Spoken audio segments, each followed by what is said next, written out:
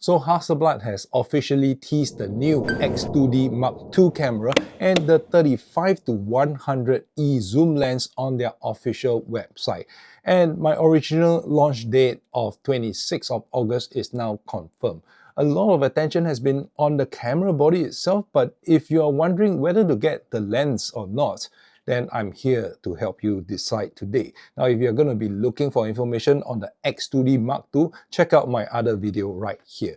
Now, if you want the lens, you have to act fast. This lens will sell out very fast. It will be the standard zoom lens that Hasselblad will be selling bucket loads of by this time next week. Now, I did a quick poll and there were about 140 over responses or so. About 40% of you said that you will be getting the lens, and a bulk of the 40% you will be getting the X2D Mark II body as well. If you're wondering and considering whether to get the lens, you have to act fast, like I said. Now think about the lens that you can get in the other Hasselblad lens lineup, the whole XCD lineup. If you're just going to be buying only one lens for the Hasselblad body that you're going to be buying, then it is going to be the 35 to 100E because it's going to cover a range of very useful focal lengths. Now, if you're thinking of saving a bit of money without investing in all the individual prime lenses, then it is still going to be the 35 to 100E. If you want to travel light,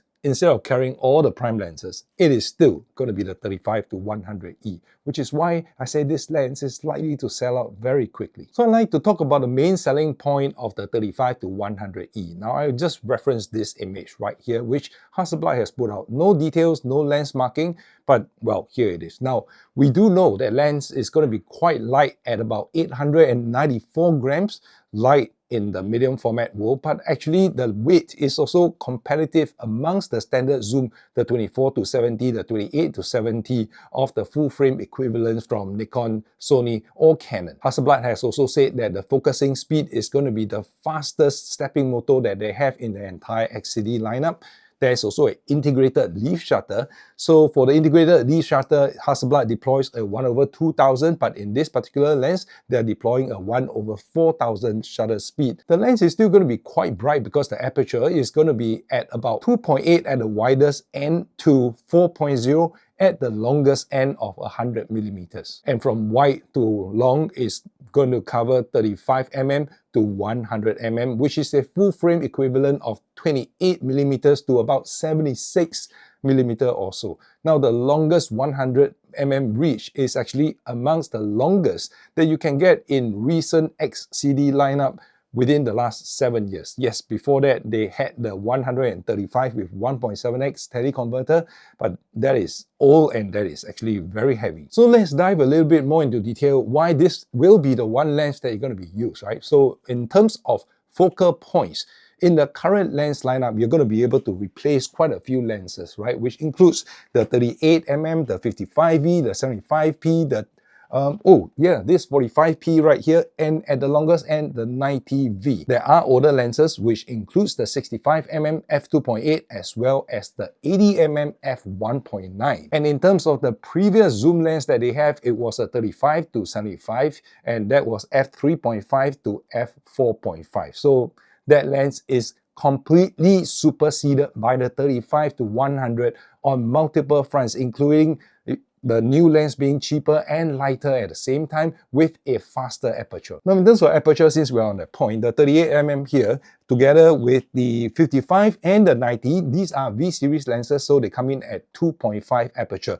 Now for the 45mm is a f4 aperture and the 75p here is a f3.4 aperture. So in terms of aperture, you're not going to get stunning aperture out of this 35 to 100E lens, but it being variable from f2.8 to f4 is actually pretty respectable for a zoom lens in the Hasselblad medium format lineup. Now it may not be as bright as the V series lenses, the 38, 55 as well as the 90, because those are f2.5 lenses, but it actually holds its own against the 45mm because the 45mm is f4, so technically within the zoom range, although it's variable aperture, it is estimated at about 3.2, f3.2 for the 35 to 100mm lens at 45mm marking. So that makes it even brighter than the 45mm. And at the 75mm end, this is f3.4. So yeah, the zoom range is going to be a little bit dimmer at f3.8 estimated also,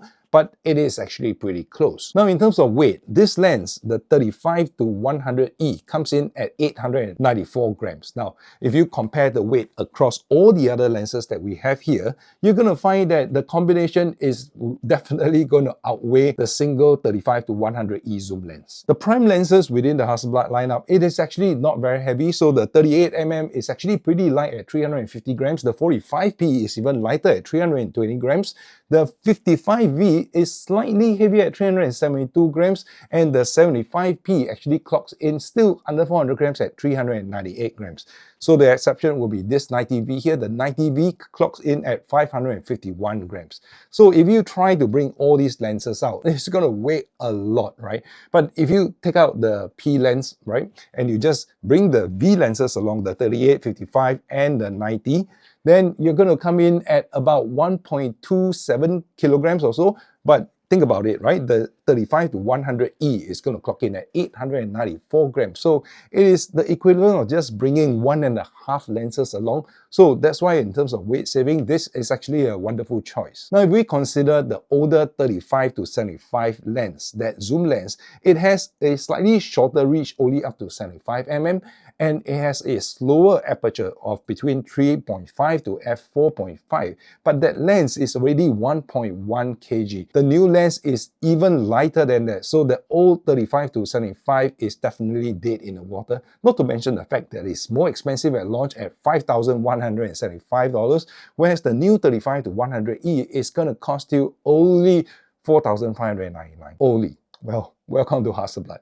Now, since we're on the topic of price, let's talk about price, right? Like I said, the lens, the 35 to 100E is going to cost you $4,599.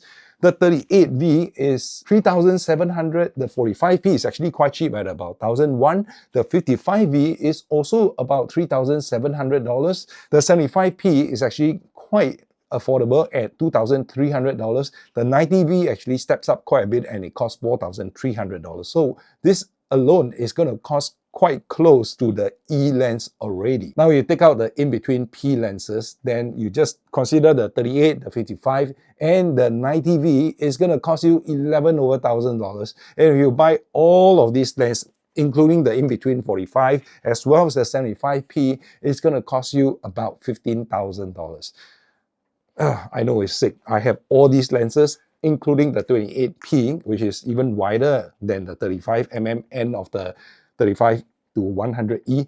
But I'm just wondering whether I should sell all these lenses just to keep the 35 to 100E. But one thing we do not know is the image quality. I know the image quality of all these lenses. The E lens, the 35 to 100E, we don't know, right? Because I have yet to test it. Now, I will definitely let you know when I get my hands on it on launch day. So stay tuned, stay subscribed, watch out for the video that's going to be coming out on launch day, or at most one day after launch, since on my side of the world, this is going to be launched only at 8 p.m. on the 26th of August. Now, are there any possible issues with the 35 to 100E? Yes, of course, right? Because no lens is perfect. And for this 35 to 100E, it is a variable aperture lens, meaning to say the aperture will actually change and stop down when you go into the longer end of the lens. For Hasselblad cameras, as of this point, we don't know whether they are going to update it for the X2D Mark II or even firmware update the older cameras, but there is no auto ISO in full manual mode. In other words, your shutter speed is going to change, right? Or your image is going to dim if you don't change the shutter speed because of the variable aperture. So it gets irritating, but if you are a full manual guy, then this shouldn't bother you. Now, the other problem is the 86mm filter thread. They have not confirmed it, but they are going to be launching a couple of 86mm filters. And they don't have any other 86mm filter thread lenses in their current lineup. And those 86mm filter threads, they can get really expensive. And not to mention that 86 is actually not a very common filter thread. You get 82 and you get 95, but 86 is actually slightly less common. And the lens is likely to be quite long. I don't have the exact details, but I think it's going to be about 138mm long also. And there is a danger of it blocking the LiDAR sensor. So together with the 86mm thread and the long lens, it might actually physically block the LiDAR sensor, which is likely to be on the X2D Mark II. And if you are using a camera like this X2D or the original X1D, 1D Mark II, or even the 907, it shouldn't affect you because there's no LiDAR sensor there. Okay, so I've been saying it's $4,600 and it sounds kind of cheap for an E-lens, but this is the Hasselblad world. But $4,600 is still a lot of money to spend. Now, if you compare it with the Fujifilm, they do have a GF 45 to 100mm, and that costs only about $2,500 or so. But hey, this is Hasselblad, so pay up. Now, the other possible downside, which I don't know yet, is focus breathing, right? Because at 100mm, at a crop factor of 0.79, it should come up to be at about 79mm or so. But in the press release text that was leaked out, Hasselblad says it's about 76mm or so. So I suspect that at the longer range, it actually may focus creep quite a little bit because of focus breathing issues. But because the cameras aren't meant to take video, it is not going to be apparent. You just have to reframe slightly. So it may not be a big problem at all. But one of the biggest problems, if you take a look at the image again, is that line, that groove in the lens towards the front of the lens.